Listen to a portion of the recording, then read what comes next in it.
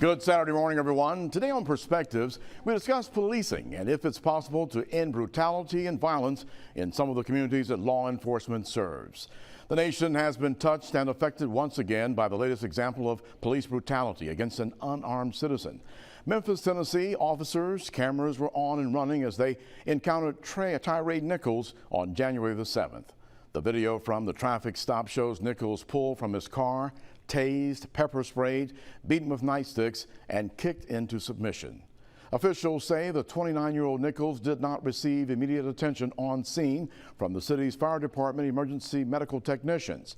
Eventually hospitalized, Tyre Nichols, though, died from his fatal beating just days later. This latest incident has reignited calls from around the nation for police reform and new federal policing laws. Joining us on Perspectives today to discuss this latest incident of police brutality, Robert Clopton, president of Mobile's NAACP organization, the Reverend Clinton Johnson, former Mobile City Council president, and Reverend David Edwards, president of People United to Advance the Dream. After a quick break this morning, when Perspectives continues, we talk about police brutality and what will it take to end it.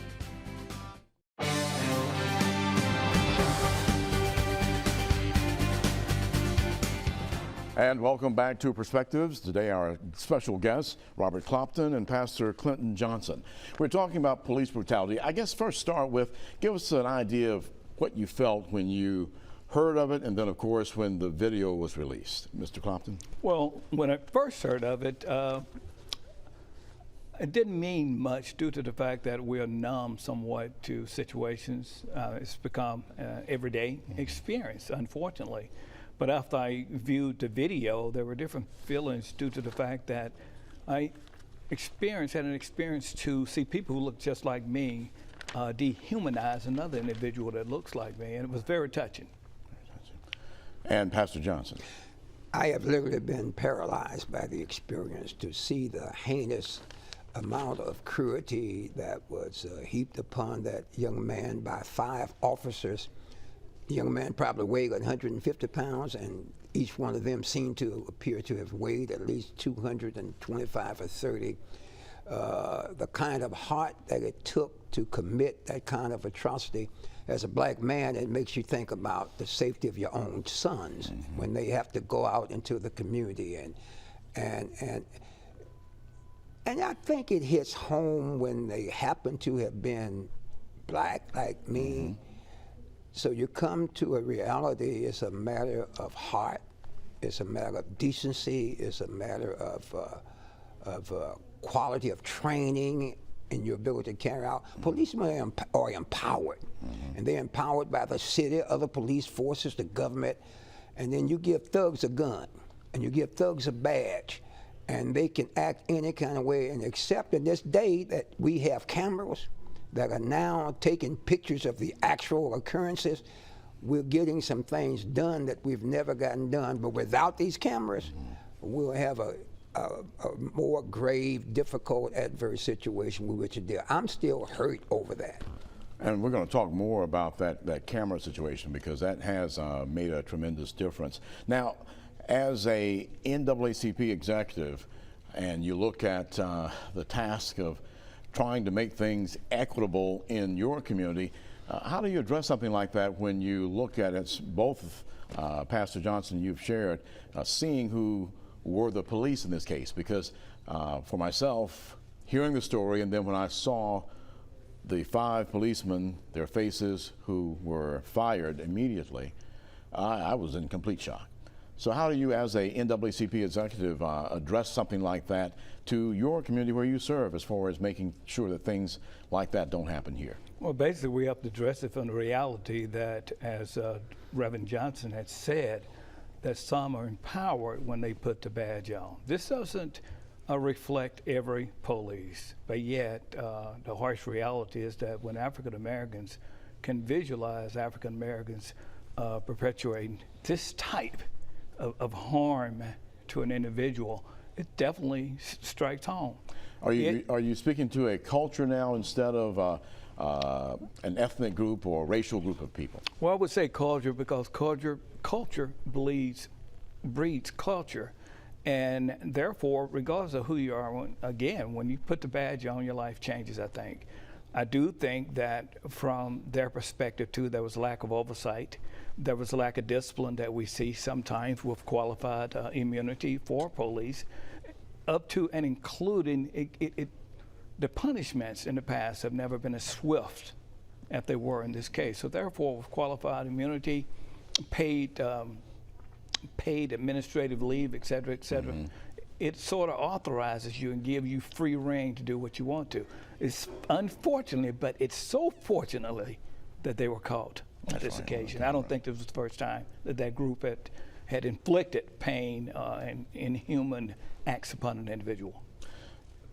Pastor Johnson, you were part of the city council that brought the first African-American police chief to Mobile. Was that a part of trying to change culture, as well as someone who had seen both sides of life, and so he could be a better manager? Well, to be honest, it was not just an initiative undertaken to change police culture, it was to change the culture of the city itself. Upon my arrival at City Hall in 1985, we had no persons of color in any position of authority or leadership in any department of the city of Mobile. So it became my determination to work with my colleagues to assure that whatever we did would be representative of the total community. You are rarely represented in a place where you are not in position to have decisions made about the place you're in. And so police are needed, they are necessary. We do have criminals, we do have criminal activity, but we have to have an understanding that there has to be a distinction between a criminal and a non-criminal. There has to be a distinction between an armed assailant and a person who's neither armed or is not an assailant. We cannot allow men and or women to utilize a position to perpetrate the kind of heinous offense that we saw on that video that took place in Memphis. Let me ask you a question on that end. One of our congressmen, who is now in a major position of authority and decision-making at Congress in Washington, basically feels that that's nothing that the federal government can legislate, but yet cities and states need to address that. Would you be able to change that culture and to change the caliber of officers at the city level which you served? I think you can. I think a lot of that has to do with leadership, both mayoral leadership. The council certainly has a role to play, but who's the police chief? If you have a public safety director, who's the public safety director? But then you boil down to what's the nature and character of your training? What kind of disseminated information are you feeding to the people who you're sending out on the street? This particular unit that was in Memphis seemed to have been designated specifically to deal with certain levels of criminal activity. But it appears that they were left alone to carry it out in whatever way they saw fit. It's conceivable and it's possible that there were things we have not seen that potentially could have been as heinous as what we did see, because I don't think what they did was a first-time engagement of such a heinous, sickening, sad activity. And we've heard that from a lot of people, believing that this was not the first time. So let me ask you this question. Is federal legislation needed, like the George Floyd Policing Act? Is that what we need? I think we absolutely need it. I don't think Congress can justify why you have not done it. I mean, how many people have to die? Statistics prove themselves. Numbers are pure. You can't make them up. And statistics have proven that black people are more prone to be killed, injured, or hurt by police officers than anybody else. It's happening all across the nation. We are for criminals being dealt with as criminals. But let me put it this way, and I'll say it quite candid. We have enough killing in our communities domestically. Yes. But we are challenged as to how do we approach that, except the approach to try to change hearts and minds. Because people know people when they have problems. It's another thing when it comes from somebody who's chosen, evaluated, hired, and paid with your tax dollars to preserve and protect, And instead of preserving and protect, you are destroying. That's right. That makes a major difference when you're looking at who is putting the violence on us. And do you feel also, Mr. Clopton, that we need federal legislation combined with the local actions of councils in the state? Yes, I do. There are no ands, ifs, and buts about it. Until we get that, we will probably continue to receive what we're receiving. But don't get me wrong. Again, as I said earlier, all law enforcement are not evil. Correct. There are bad Correct. actors. And I do agree that without law enforcement, we would have chaos here. However, you know, when it comes down to it, again, Reverend Johnson alluded to it, that being an African American sometime, DWB or driving while black has its challenges. It's sad that as a black man, you know, with a traffic stop, the will I survive syndrome, why does it have to kick in? Why do I have to have everything in order? Why do I have to have my hands? It's perpetual trauma, and it's resonated from this killing through all generations. As a grandfather to my child, to my grandchild, all who have seen this and experienced that, it will live with them forever. If Take about 30 seconds and give me a closing. My son is in his 30s now, but he was a student at the University of Alabama. He decided to share with his mother and I maybe 6 months ago that when he was a student, how he would be stopped and accosted. He had a blue Trailblazer SUV. Police would stop him looking for a white Camaro, and he would say to them, "This is a blue Trailblazer SUV." They say, "Oh, we know it, but we just wanted to stop you." And to share with me that sometime he was thrown against the car, wonderful spirit, smart, intelligent, comes from a good home, love the Lord, to be exposed to this kind of situation because you can stop them, you do, even when you don't have a reason to stop them. And I'm sure that anybody who knows their color, there's a distinct difference between white and blue. Right, that's so true, and a SUV and a Camaro too. Absolutely. Very quickly, Mr. Clopton, how do we get the NAACP involved in this change-making situation? Well, we're always fighting for it. We are always fighting for change. We're always fighting forward to ensure that the right thing is done at the right times and for the right reasons. We have issues we have that are great.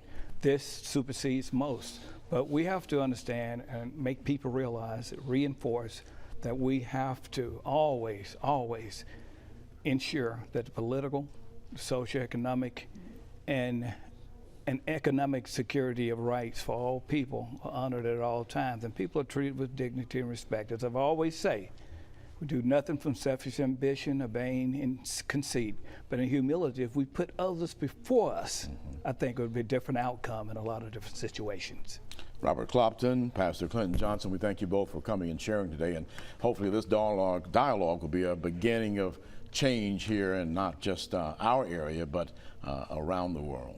Thank you so much. Thank you. Thanks for having us. We're going to take a break. When we come back, we'll be talking to Reverend David Edwards of People United to Advance the Dream about the same subject. We'll be right back.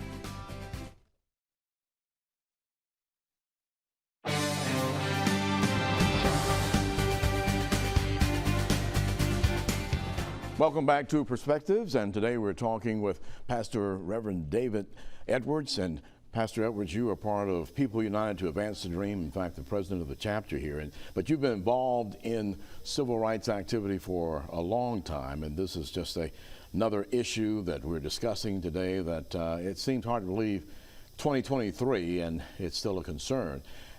In this particular case, as we were talking with Pastor Johnson and Mr. Clopton, these officers look like the person who they did the violence on and who eventually died from the beating that he took.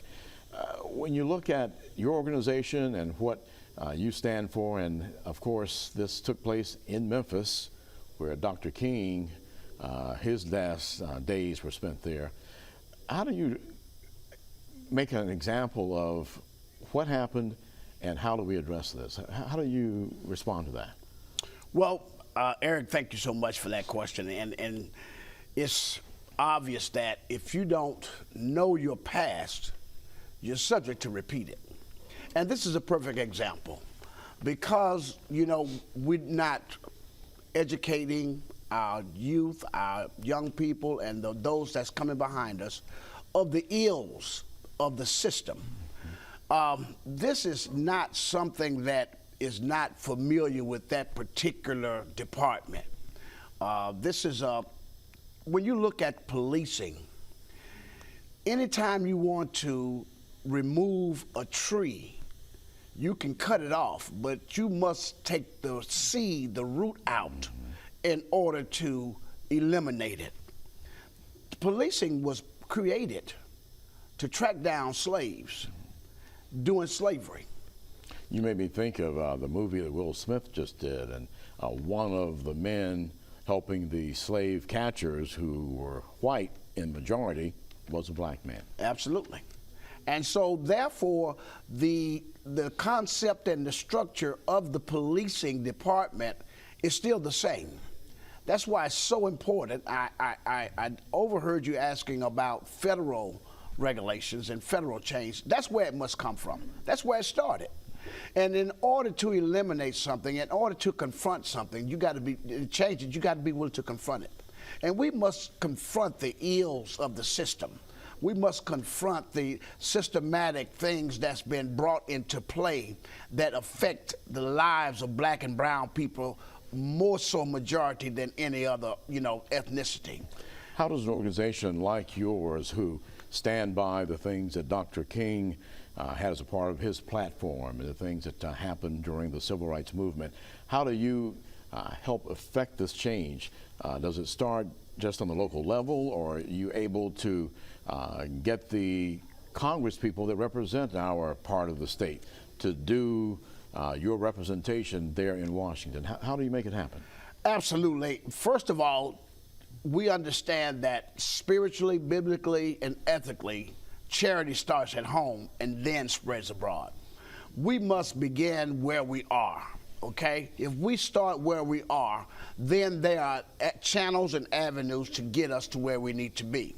We are a local chapter, and this is where we start at. We have to make sure that, I have to make sure that my home is secure before I can secure my neighbor's house. So therefore, we start right where we are in our community. We begin by voting and electing officials that will go and make change happen for us. We must begin to understand that our vote is more powerful than we ever realized. Otherwise, it wouldn't be so much suppression to keep you from voting. That's very true. And once we start doing that, then of course we can get people in places, and we can give messages to people that we will not tolerate this type of barbaric behavior in the lives of our people and our families and our children. Well, my son is 29 years old. Go ahead. And really, it hit home. It hit home. Yeah, absolutely. Yeah. Let me ask you this now. How do we affect change among those elected officials who are in place? And a state like Alabama, where it's difficult for anyone of the Democratic Party to win a statewide election, and even we see in these districts, for congressional districts, very difficult for anyone of color to win an election. How do you work with those people who are in office now to get them to see the value of what you're talking about? Well, first of all, you've got to be able to understand that a moral integritude of right and wrong must be possessed in the individual. If that individual doesn't care about right and wrong, bad and good, then certainly we have the wrong individual in place. There must be a moral integrity in that individual. And Dr. King's morals and standards, and the reason why the organization is People United, is because there's no color agenda. Dr. King was for all mankind. He just happened to be a black man. So that's the message and the story that we must portray. Each year, during March, in the annual Edmund Pettus Bridge, we make it our mission and our position to take young people to the Edmund Pettus Bridge and let them cross it and give them a tour of the Voters' Rights Museum. And that gives them the understanding of how important that vote is. And once you begin to teach that message to our youth, they will begin to utilize that power of the vote. And that's the way that we can begin to bring about change. Because except we do that, we continue to go around the mulberry bush, as Mud Denham used to say. Yes. And of course, we don't want to continue that route because it's an ill and a horrific and inhumane thing to see people, lives taken for no reason at all, and then the punishment does not fit the crime. There must be legislation. And I guess at this point, as we wrap this conversation up, what do you want to see happen next on a national platform for police reform? The George Floyd Justice and Policing Act must be passed. See, it's almost like the story in the Bible of Job. There was a person that wanted to try Job to see if he was dedicated, committed, and loyal as he said he was to God. And God gave that person permission. He said, listen, I tell you what, you take the blanket from around him, and we'll make sure that he really show you who he is. Let's take the blanket from around them. Let's take that barrier from around them that keep them from being punished for what they do. If they are truly protectors and servants of the public and the people, then we don't have to worry about the blanket. Take the blanket off. Let's see who they are. And let's weed out the bad weeds and let the good weeds be manifested in our lives, our cities, and our communities. Reverend David Edwards, we thank you for sharing this morning. People United to Advance the Dream, and of course, we'll be talking further as we continue to address this both locally and nationally. Thank you so much for your time. Thank you so much. And of course, for more information and to contact People United to Advance the Dream, you see the information there, the address, and of course, we'll show you the phone number there coming up as well, 251-255-7200, along with their email address. And for more information and to contact the Mobile NAACP, there's the website, the phone number, 251-333-0145, and of course their email address. I'm Eric Reynolds. Join us next time for Perspectives.